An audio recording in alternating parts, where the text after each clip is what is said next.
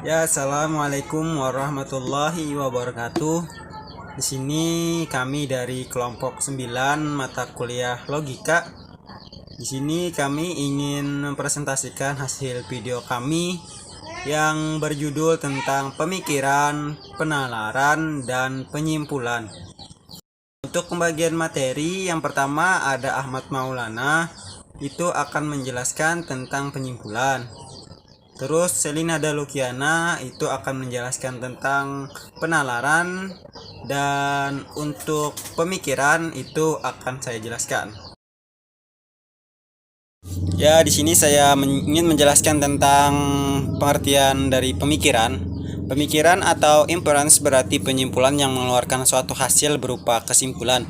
Artinya adalah kegiatan akal manusia mencermati suatu pengetahuan yang telah ada untuk mendapatkan pengetahuan yang baru.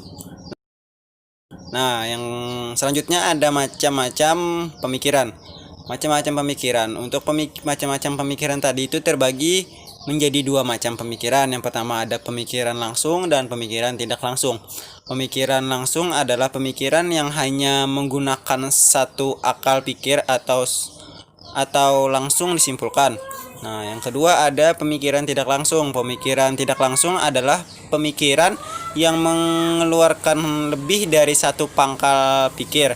Misalnya pemikiran yang terjadi melalui jalan induksi, deduksi, dan silogisme. Selanjutnya ada asas-asas pemikiran. Asas-asas pemikiran terbagi menjadi 4.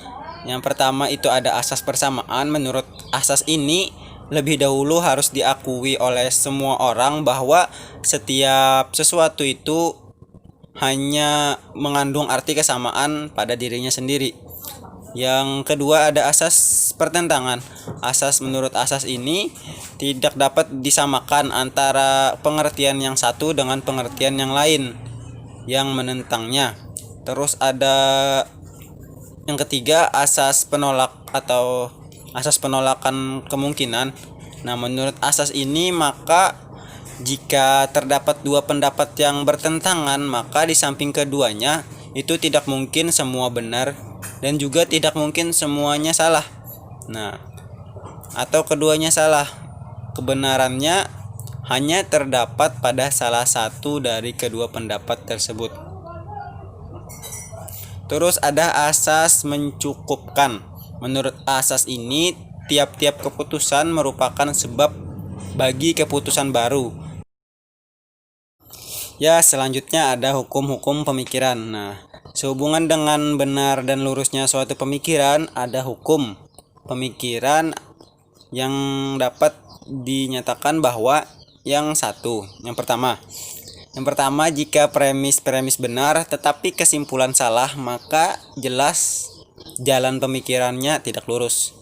Terus yang kedua, jika jalan pemikiran bentuknya lurus tetapi kesimpulannya tidak benar, maka premisnya atau materinya salah.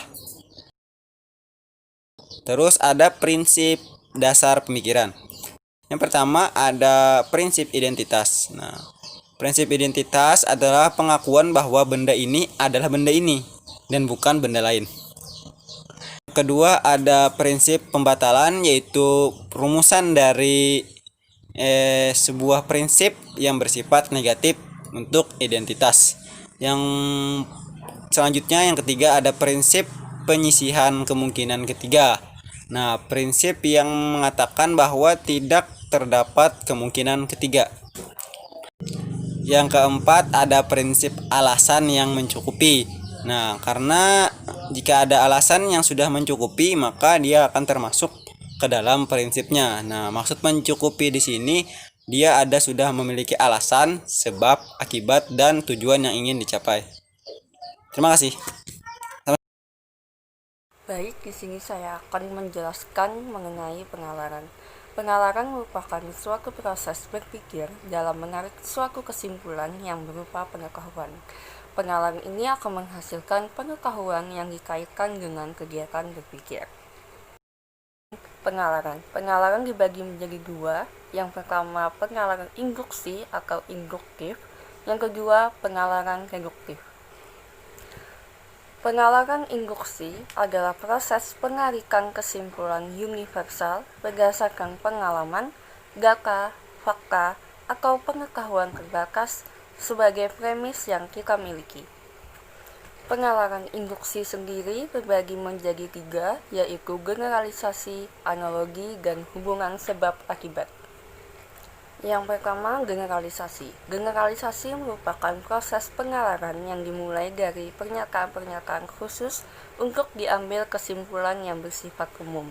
Yang kedua, ada analogi. Analogi merupakan pengalaran yang membandingkan dua hal yang memiliki banyak persamaan sifat.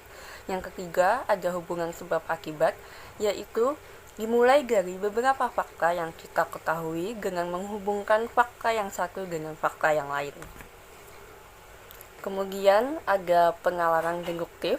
Pengalaran deduktif merupakan proses pembuktian suatu kesimpulan dari satu atau beberapa pernyataan. Dapat disimpulkan bahwa pengalaran deduktif adalah pengalaran dari suatu fakta yang umum ke suatu fakta yang spesifik. Di dalam pengalaran deduktif terdapat dua jenis pengalaran, yang pertama silogisme dan yang kedua entitlement.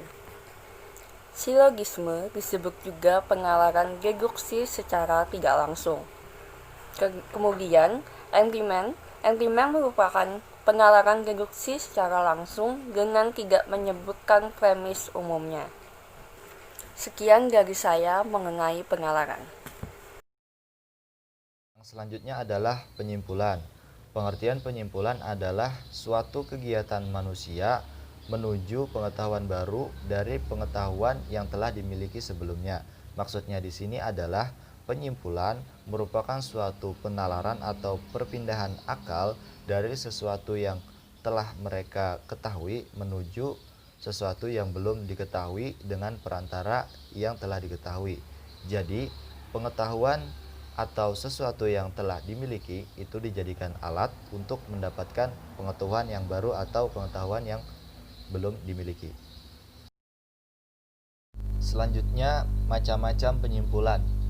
Yang pertama, dari sudut bagaimana terjadinya terbagi menjadi dua, yaitu penyimpulan yang langsung dan penyimpulan yang tidak langsung. Penyimpulan langsung adalah penyimpulan di mana kita secara langsung dan begitu saja menarik sebuah kesimpulan dari sebuah premis atau satu-satunya premis yang ada.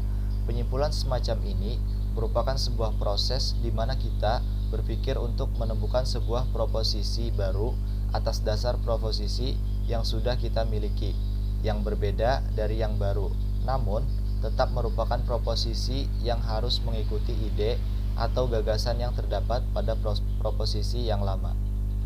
Penyimpulan tidak langsung adalah proses penyimpulan di mana kita menarik sebuah kesimpulan melalui dua premis atau lebih yang dipersatukan. Penyimpulan ini merupakan proses akal budi membentuk sebuah proposisi baru atas dasar penggabungan proposisi-proposisi yang lama. Inilah yang disebut penalaran dalam arti sempit. Penalaran ini bermula dari sebuah kebenaran tertentu menuju pada kebenaran yang baru, yang berbeda dari yang lama, tetapi tetap mendasarkan daripada kebenaran yang lama tersebut. Selanjutnya, dilihat dari sudut isi benar dan bentuk lurusnya.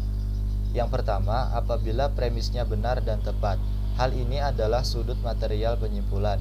Dan yang kedua, apabila jalan pikirannya lurus. Artinya, hubungan antara premis dan kesimpulannya haruslah lurus. Dan inilah sudut formal suatu penyimpulan. Yang selanjutnya ada pembagian penyimpulan. Pembagian penyimpulan terdiri atas yang pertama ada penyimpulan deduksi dan yang kedua ada penyimpulan induksi. Penyimpulan deduksi adalah penyimpulan yang dilakukan berdasarkan premis-premis berupa kebenaran umum yang kemudian ditarik kesimpulan sebagai kebenaran baru. Penyimpulan deduktif diukur berdasarkan tingkat validitas. Dalam penyimpulan deduktif yang benar, kesimpulan atau konklusi selalu valid atau sahih, lantaran kesimpulan sebenarnya sudah terkandung dalam premis. Karena itu, kebenaran dalam deduksi sangat tergantung pada kebenaran-kebenaran dalam premis. Maka, kesimpulan yang lurus dalam metode deduktif ini selalu sahih, bahkan dari materi yang tidak benar. Kemudian yang kedua ada penyimpulan induktif. Penyimpulan induktif adalah penyimpulan yang dilakukan berdasarkan premis-premis berupa kebenaran individual yang kemudian ditarik kesimpulan sebagai kebenaran baru dengan cara analogi dan generalisasi. Pada prinsipnya, penyimpulan induktif dan penyimpulan deduktif sama-sama menggunakan premis-premis dari proposi kategoris. Namun kesimpulan yang ditarik dalam penyimpulan induktif selalu lebih besar daripada premis. Maka dalam penyimpulan induktif, kita tidak bisa tentang sahih dan tidak sahih, melainkan tentang probabilitas. Kualitas penyimpulan induktif terletak pada tingkat probabilitasnya. Karena penyimpulan induktif hanya berujung pada tingkat probabilitas, itulah maka kebenaran-kebenaran dari penyimpulan induktif selalu bersifat sementara.